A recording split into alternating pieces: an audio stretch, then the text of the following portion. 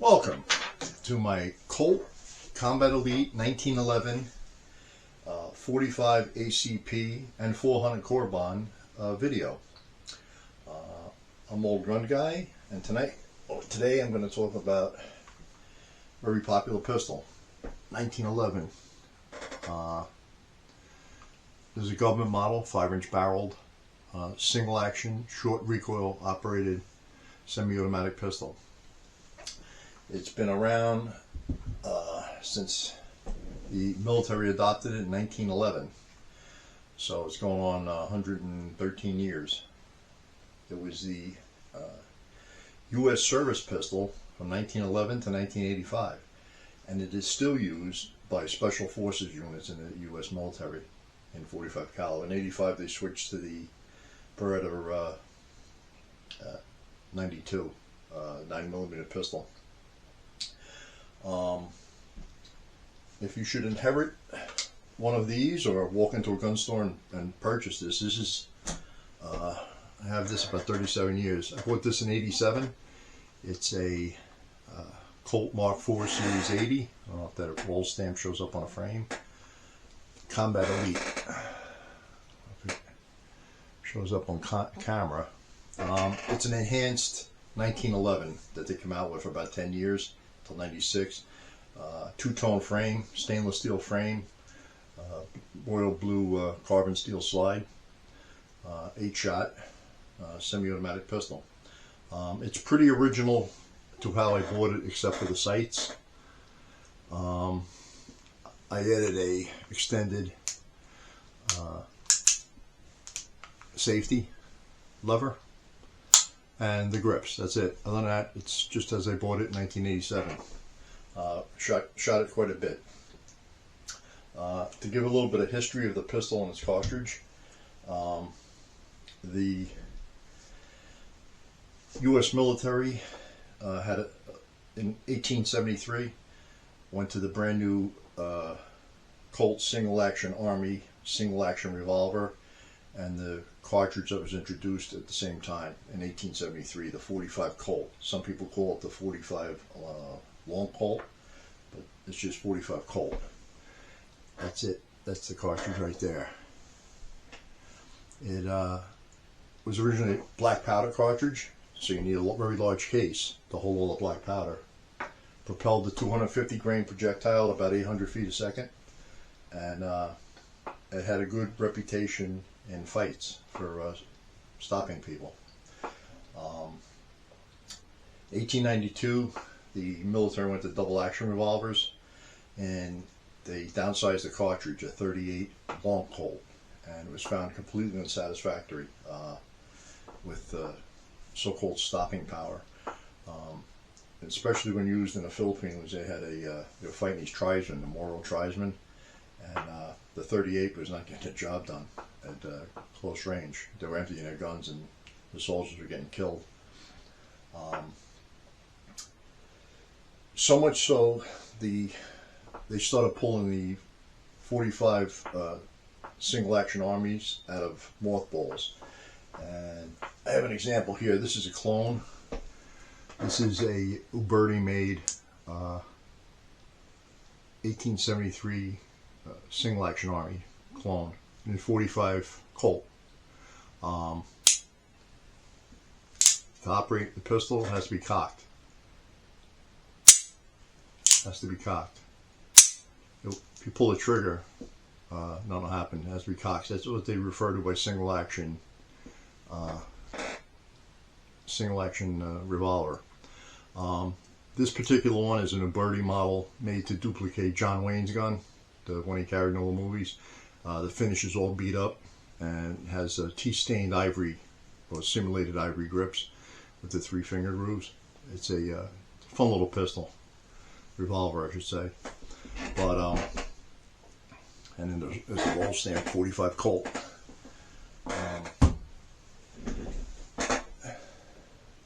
The military started seeking a replacement for more modernized thing as they entered the 20th century. General Thompson and a gentleman named Lagarde conducted pistol trials 1903 or 4 in the Chicago stockyards. They shot live animals with different handgun rounds and cadavers. And the conclusion was they wanted a semi-automatic pistol, preferably in at least .45 caliber. That's what they found to be effective, like the old Colt. So a number of manufacturers got in the race to try and make the service pistol and submitted them for trials. John Browning designed the 1911, which is basically this handgun here. And since its design and its inception, very little has changed over the years. Slight differences and improvements. It's basically the same pistol he designed. And he was a genius designer. He also designed a cartridge, the .45 Colt automatic pistol. With the advent of smokeless powder, you get the same performance in the .45 ACP as you could with the .45 Colt. And the standard loading was a 230 grain full metal jacket hardball projectile, traveling at 830 feet a second out of a 5-inch barreled government model. So basically the same performance has been duplicated in a modern semi-automatic design. After all the trials, it was finally adopted in 1911 as the U.S.'s service pistol, and continued through 2 world wars and numerous other wars, served with distinction, and it still does to this day. Like I said, in the special forces units. The firearm is extremely popular with competitive shooters, International Defensive Pistol and U.S. Practical Shooting Competition, and even cowboy action shooting, the Wild Bunch shoots. It was 1911. It's a fine target pistol, a fine personal protection defensive pistol. You want to protect your house or your person, or even carry it on your person, defend your life. This modern version came with 8 shot magazines, so 8 and 1 in the chamber. You could have 9 total. The originals were 7 shots. This is a single action automatic, kind of like the revolver. It will not fire unless the hammer is cocked. It has to be cocked back. Alright. Just as a caveat, all these weapons have been cleared multiple times by me.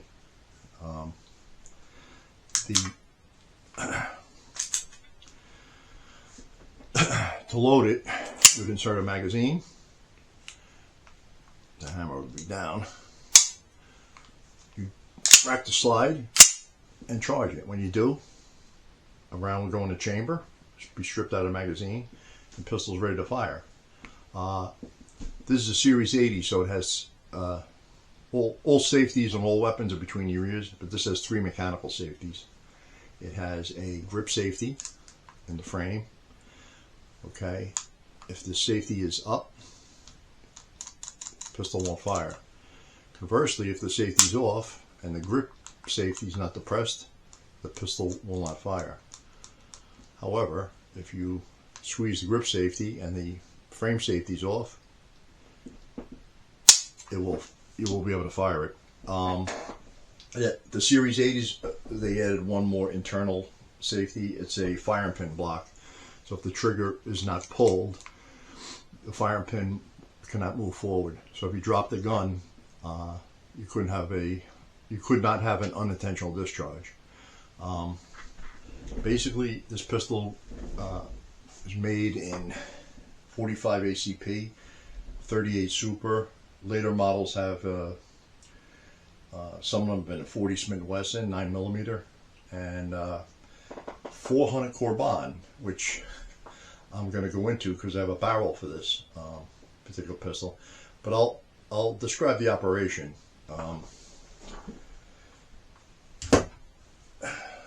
This is actually a 400 Corbon barrel. I don't know if you can see these lugs on top of the barrel. There's corresponding lugs machined at the top of the slide. And the slide stop lever that you actuate inside of the slide is actually a takedown pin attached to it. It goes through this little link. And when you fire the gun, the slide and barrel travel back a short distance, and this pin that's going through the barrel link cams the barrel down and unlocks it. So that little bit of travel, the bullet has left the barrel, and inertia drives the slide back against the recoil spring, extracting and injecting a round, and chambering another round. And that's how they go in cycles. Comes apart pretty simply. I'll try and capture that on camera.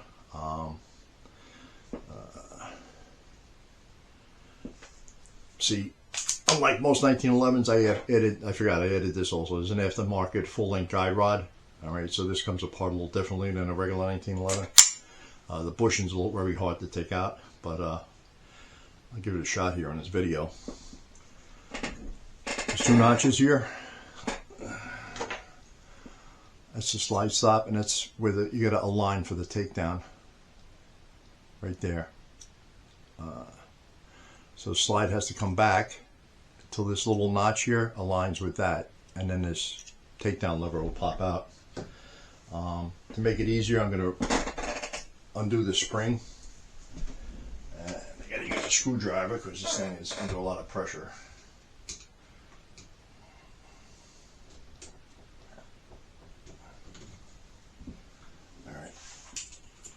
Basically, I've turned the bushing. This is for someone who's never handled a 1911 or taken one apart. You push down in the bushing so it locks. This piece locks the bushing. So I've turned the bushing. So now I've released the spring tension. So I can draw the slide back and align the takedown notch, which is right here, and then push the pin from the other side. The pin comes out.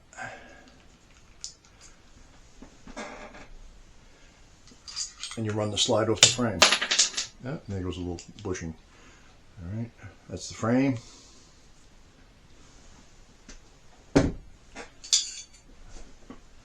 It's the barrel, guide rod, and spring. So the spring comes out. A little spring bushing, which locks the barrel bushing in place.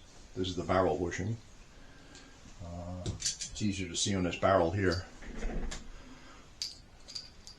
So you can spin. It's got a little locking cam on it. When it's all aligned and locked together, it holds the gun together. Like I said, this got a full-length guide rod, which is not standard for a standard 1911. It aids in a little bit of accuracy, or if you will. And the barrel comes right out the front. Oh, you gotta take the bushing out. That helps.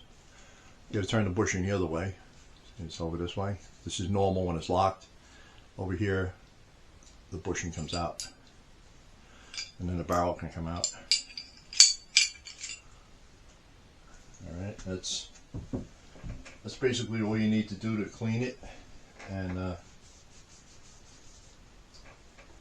reassemble it. This is obviously the original Colt 45 barrel I have in it, and I don't know if this will show up on camera. This is a 400 Corbon barrel, conversion barrel, and the 45.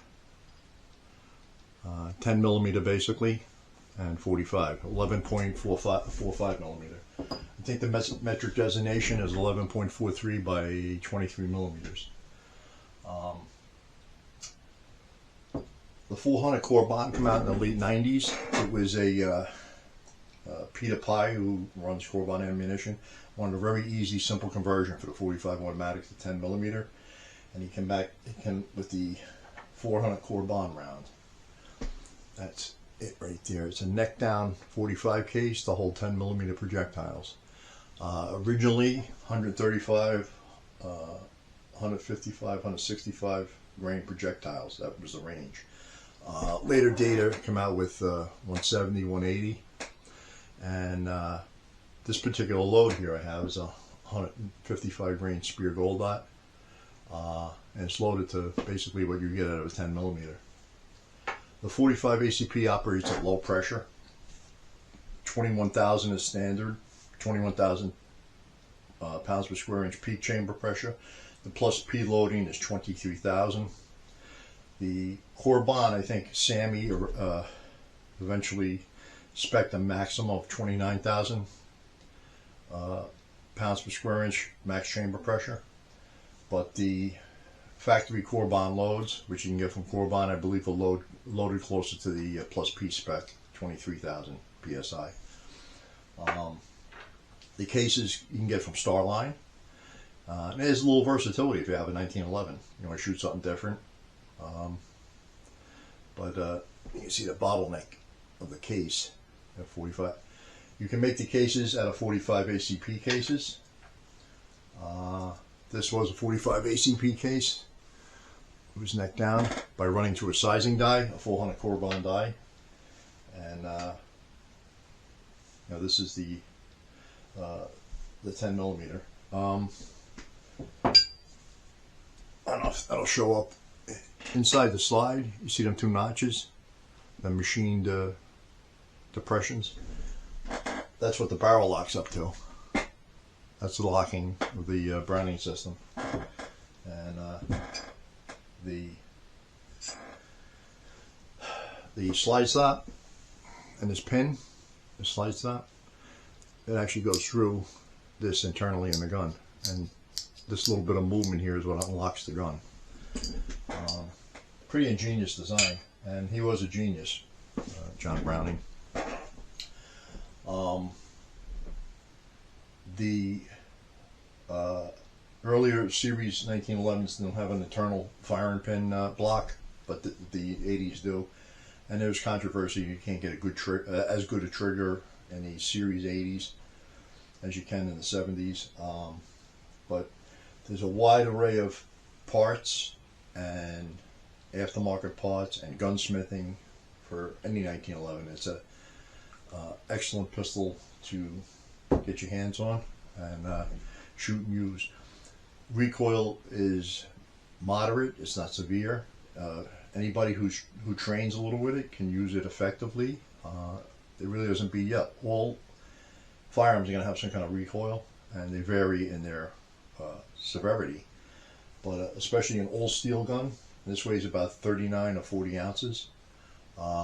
They have an aluminum frame version of this, Commander, lightweight Commander, but this is a steel framed government model one, so it weighs 40 ounces, dressed out. Like I said, if you want a little versatility, the 400 Corbon. I'm going to do my shooting tests as I've done in the other pistol videos I've done. Velocity chronograph. I'm going to do both the 45 ACP, and I have my own hand loads here, which the same brand projectile, Spear Gold Dot hollow points. This is loaded to plus P spec, 200 grain Spear Gold Dot. That's this round here. Gold Dot hollow point. They're good bullets. They generally work pretty good. And the 400 Corbon is a 10 millimeter Spear Gold Dot hollow point, 155 grains, and we'll see the differences in the velocity that's attained between the projectiles. The standard loading for a very long time for the 45 ACP is 230 grain projectiles, basically a half ounce of lead. And I carried a Glock 21 the last 15 years of my police career, and the duty round was 230 grain Spear Gold Dot hollow point. They're good rounds. There's a lot of premium, well-made bullets today, and you have a lot to choose from. For the 400 Corbon, another hand load.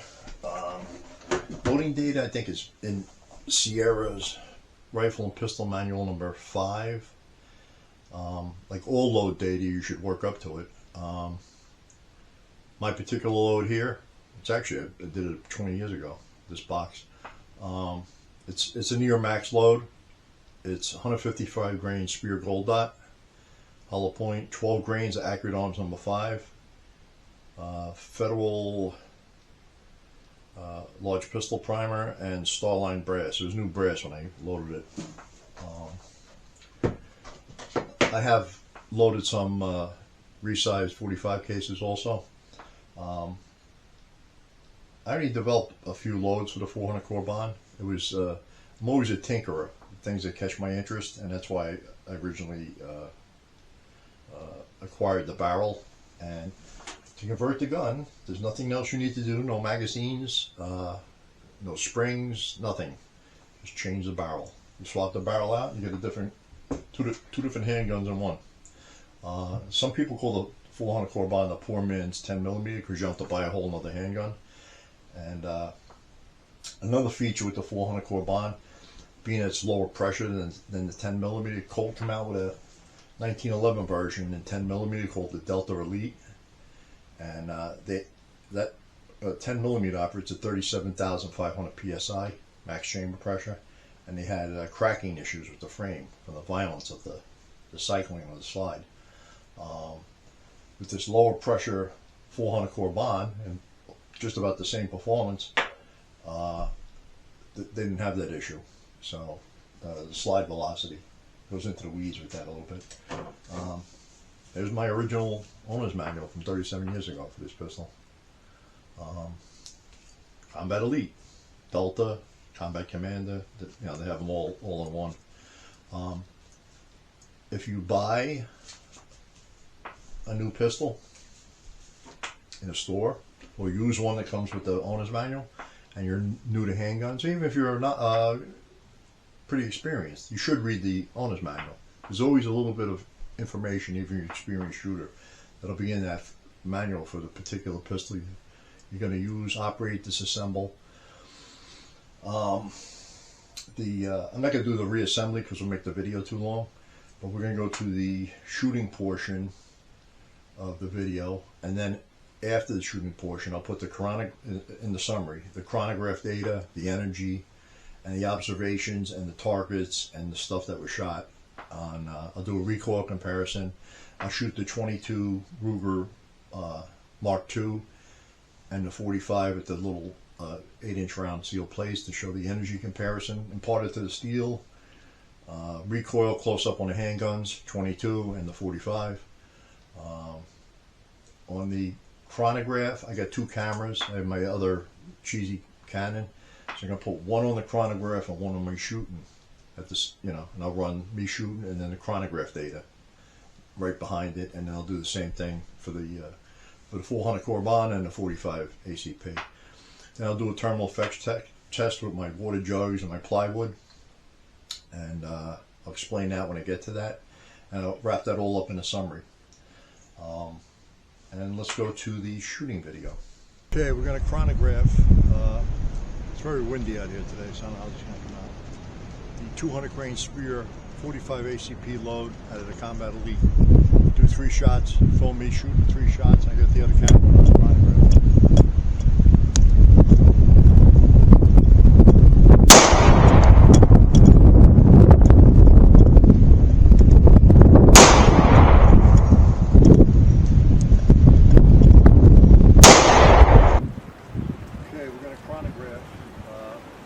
Very windy out here today, so I don't know how this is going to come out.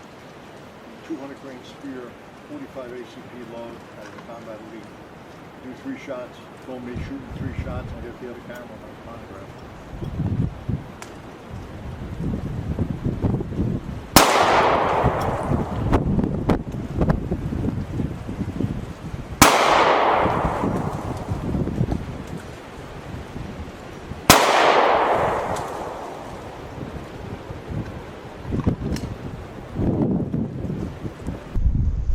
Now the 400 Corbon, I've swapped the barrels out of the Combat Elite.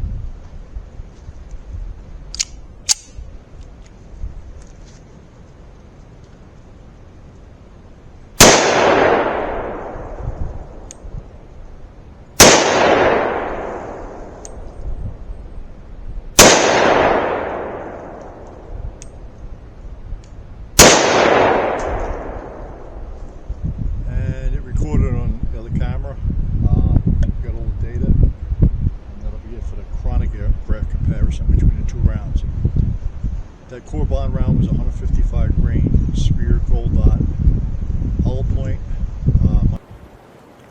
Now 400 Corbon. I swapped the barrels out of the Combat Elite.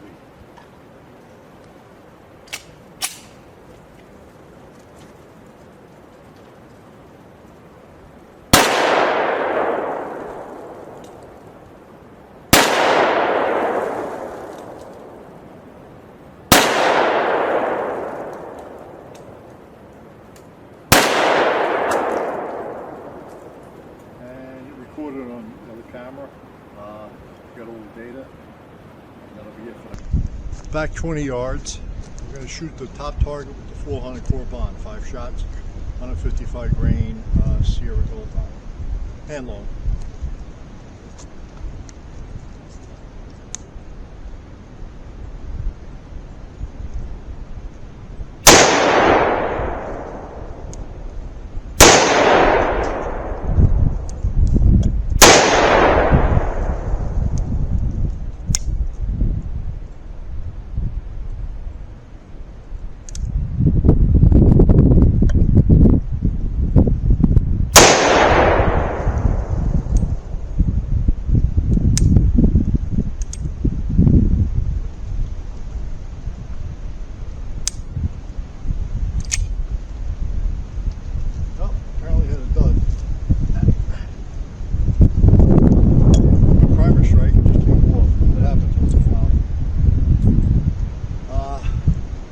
Go in and swap barrels and put the 45 barrel back in. So the bottom target. Top target's going to be the 400 Corbon.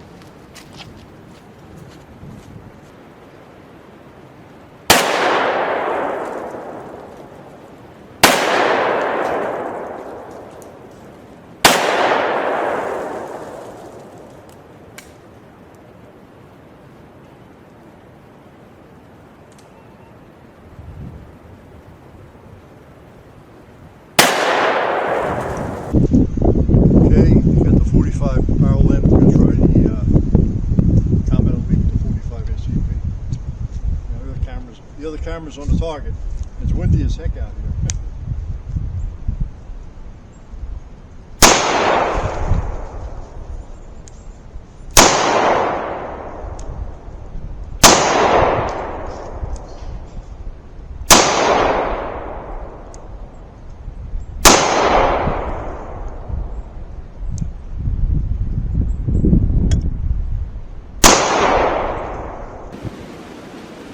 Alright, got the 45 barrel in and we'll try the bottom target.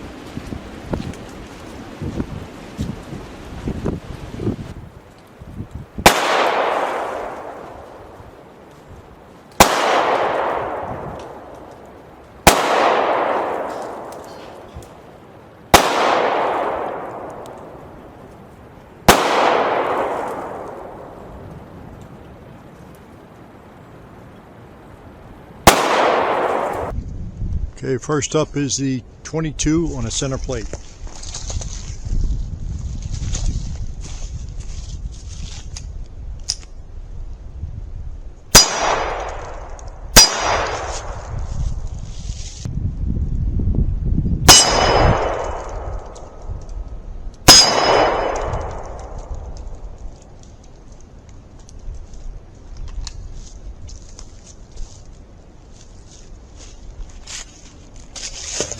.230 grain, 45 caliber ACP hardball, a lot more energy.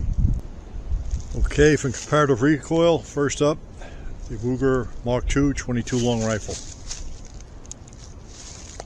Show we're on the camera here.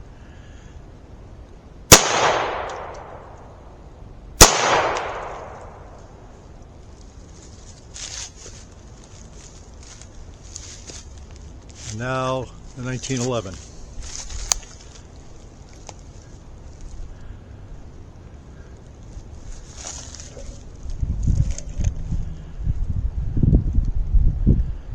Out of the frame.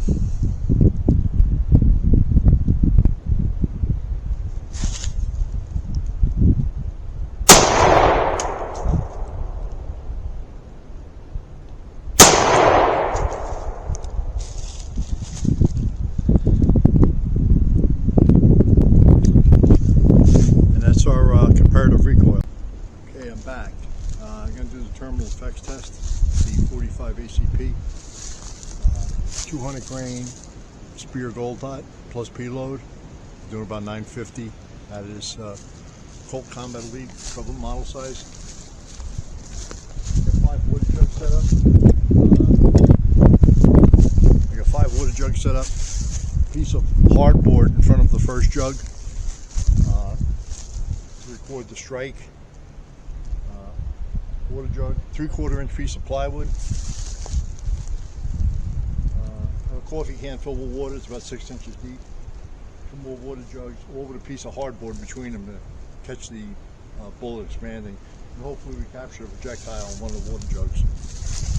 I'll bring it in for a closer look.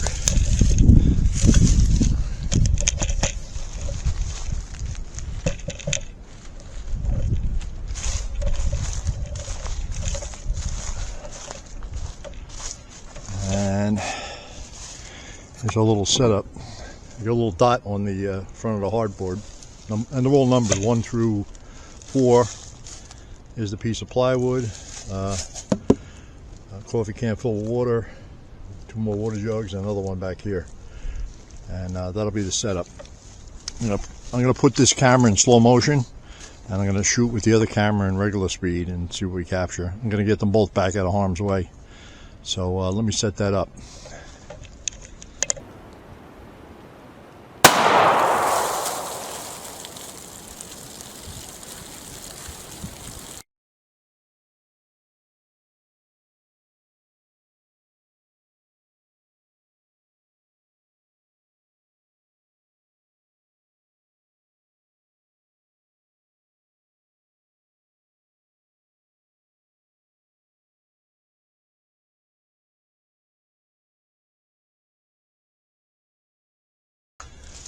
Okay,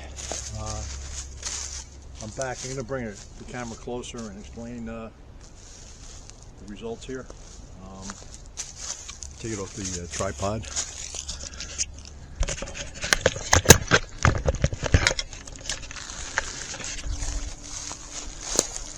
Okay, the hardboard aiming point, you can see.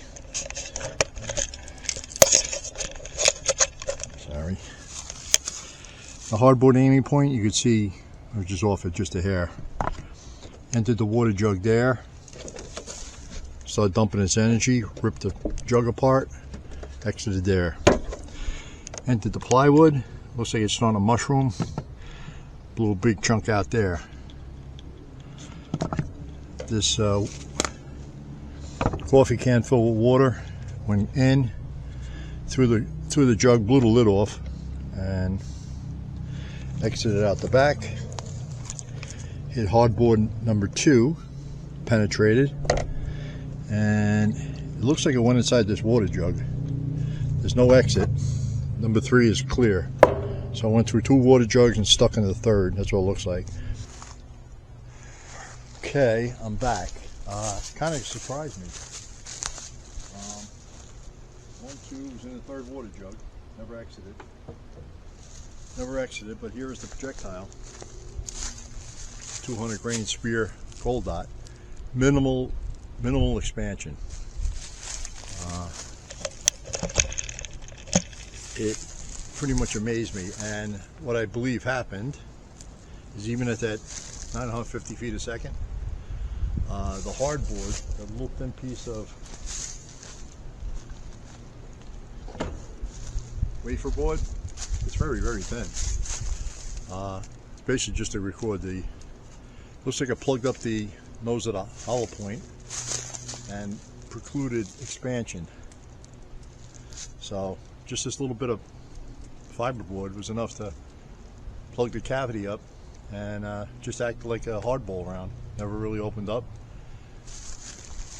You see the rifling marks on the back of the projectile. I don't know if that comes through.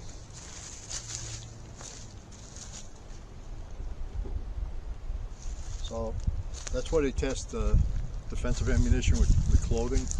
Fibers can pack the hollow point up and it won't expand. And that's a prime example of that. Pretty surprising, because that usually expands nicely.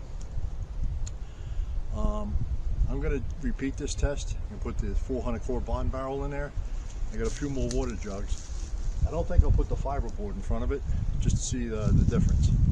And obviously it's a higher velocity projectile. 155 grain spear gold dot, same type of projectile, just a little lighter. The 200 grain for the 45 ACP is midweight. You know, the low end is 185 and the high end 230.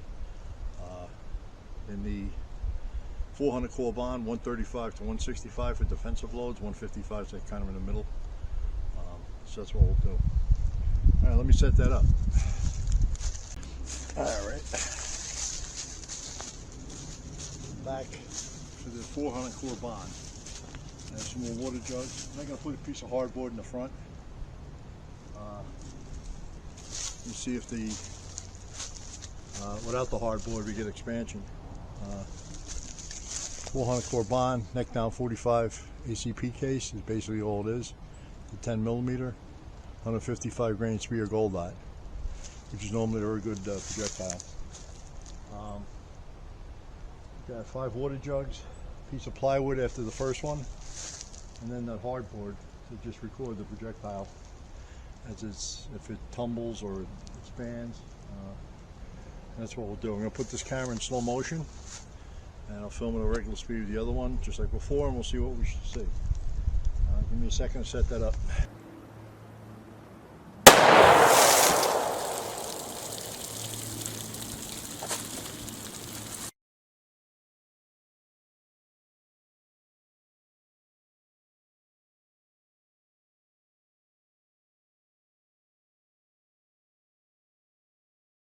Okay, I'm back. I went in and got another 230 grain spear gold dot hollow point. The last 15 years of my career I carried Glock 21, and it's basically the same thing, same projectile, just 230 grains in weight, which is pretty standard for 45, and that's what I usually carry. Lately I've been carrying a critical defense 45, 220 grain. But I'm going to try to test again.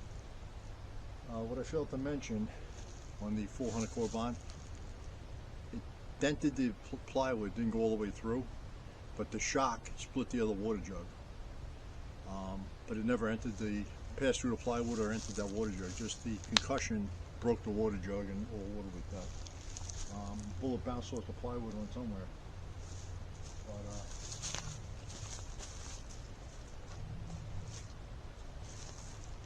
I'm ready to. I'm going to set this camera up in slow motion and put the other one on regular speed. And we're going to do it with the Combat Elite with a 230 grains spear gold dot.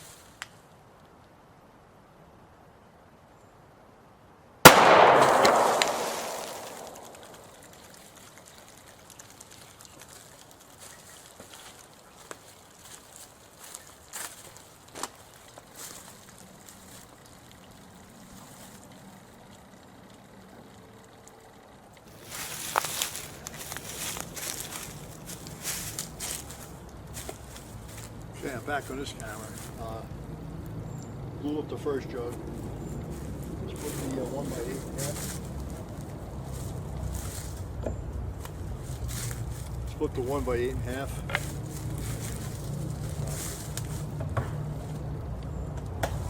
The second water jug. It's in the second water jug. Put a little dimple or a dent on the hardwood. So I'll pull that out. I'll try and get the other camera on it because it's suddenly. Okay, I'm back. The first water jug was blown apart.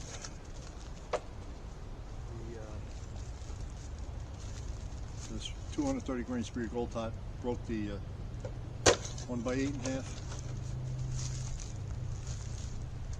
Basically entrance. And exit, split it in half.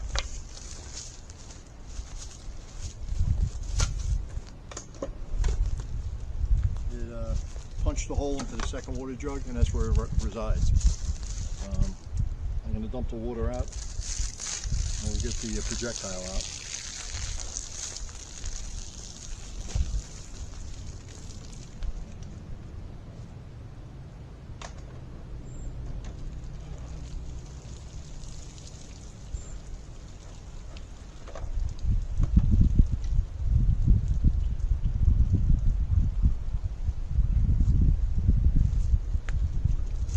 What's interesting is there's chunks of wood blown into the second water jug, but I have what I expect to see, perfectly massively expanded spear gold dot.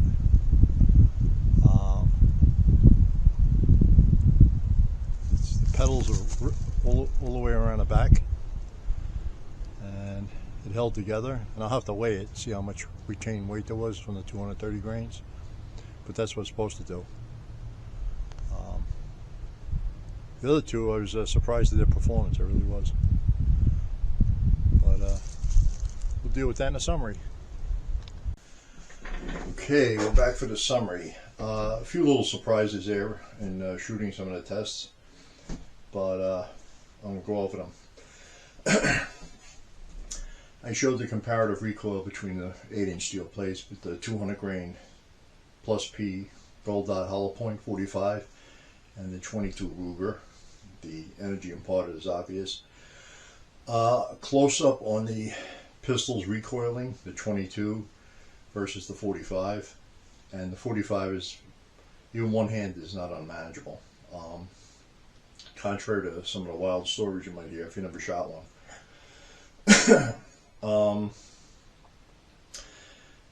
We went to the chronograph data, shot the chronograph. I did 3 rounds with the 45 and 4 with the 400 Corbon, and this would be the data. Okay, I'll go over this. 45 ACP 200 grain spear gold dot hollow point. The average velocity was 983 feet per second, and the energy foot-pounds was 429. The 400 Corbon with the lighter projectile, a spear 155 grain gold dot hollow point. The velocity averaged 1,350 feet a second, and the energy was 627 foot-pounds. So nearly 200 foot-pounds more kinetic energy than the 45. And the recoil is about the same. I shot the chronograph data first with the camera on me and then shooting the chronograph. And I did the same thing when I shot the target. And we'll go into the target data since we have that here. About 20 yards. The top target is the 400 Corbon. These were the first 3 shots. This is my 4th shot. I didn't get it did not fire the first time around. I cocked the hammer and it went off. And the 5th shot was a dud. It just did not fire. 20-year-old reload. It could have been I touched the primer with some oil and deactivated it. That happens occasionally. But the sights are regulated for about 50 yards. So at 20 yards it's going to be about this high.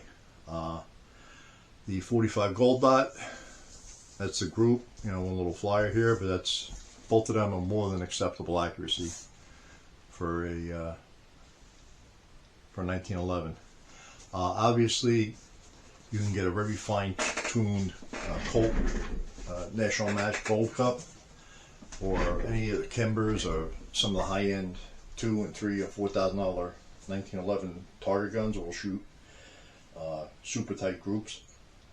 But that's just shooting offhand at a target, gives you a decent idea.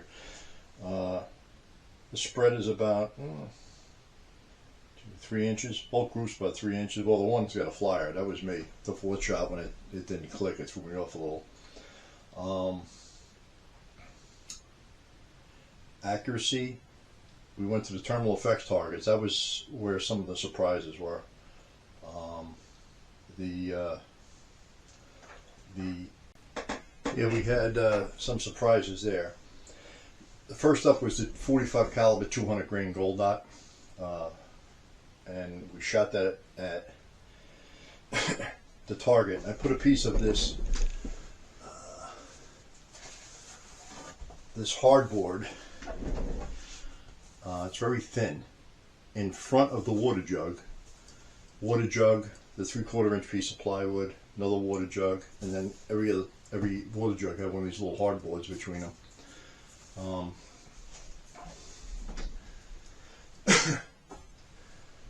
very surprising. We didn't get any expansion. I recovered the slug in the third water jug. Basically what happened, and what happens with hollow points, that's why they test them with clothing and different things, is the particle board or hardboard plugged the nose of this 200 grain gold dot.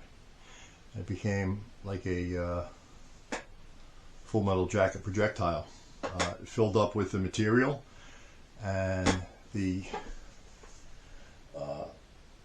hydraulic expansion never occurred.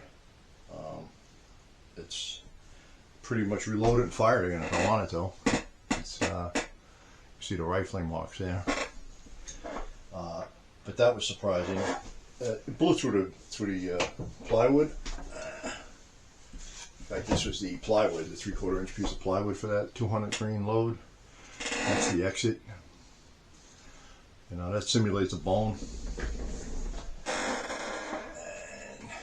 And then we did the 400 Corbon, and that was surprising too. We had hyper expansion. Basically, it struck the first water jug, blew the water jug up.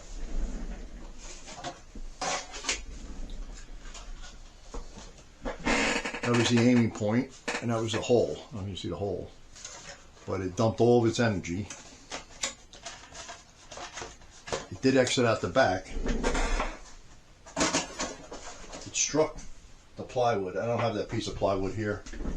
All it did was put a dent in the plywood, but it struck the plywood with enough force that the plywood squished the water jug behind it and ruptured it. So it dumped a lot of energy. I didn't recover the bullet. It bounced off the plywood and went somewhere under the giant carpet of leaves on the forest floor there. That was so that was interesting. So I says, let me get my old duty load, which is 230 grain spear gold dot hollow point factory load, and I believe they're like 875 when I've clocked them in the past. I ran out of plywood, so I had a 1x8 board, and it went through the water jug, blew the board up, hit there, exited there, but split the board in half. It shredded the second water jug, entered the water jug, and stopped in that water jug. And it's pretty much like a picture perfect expansion that you would see on a commercial for it, I guess. But I'm going to grab it with this needle nose pliers by the pedals. That's the projectile, that's the expansion. I weighed this projectile, it's 230 grains. It didn't lose anything. I'm going to try and grab it this way. You can see the pedals peeled all the way back and around the back side of the projectile. And that's what it's designed to do. It's designed to open up like that. So it retained all of its weight. And I don't know if it shows up on camera. If you look real close, there's a little tiny gold dot in the center of that bottom of that hollow point, the expanded pedals. You see it with your naked eye. I don't know if it shows up on the camera. But I'm going to measure the expansion and the calipers real quick here.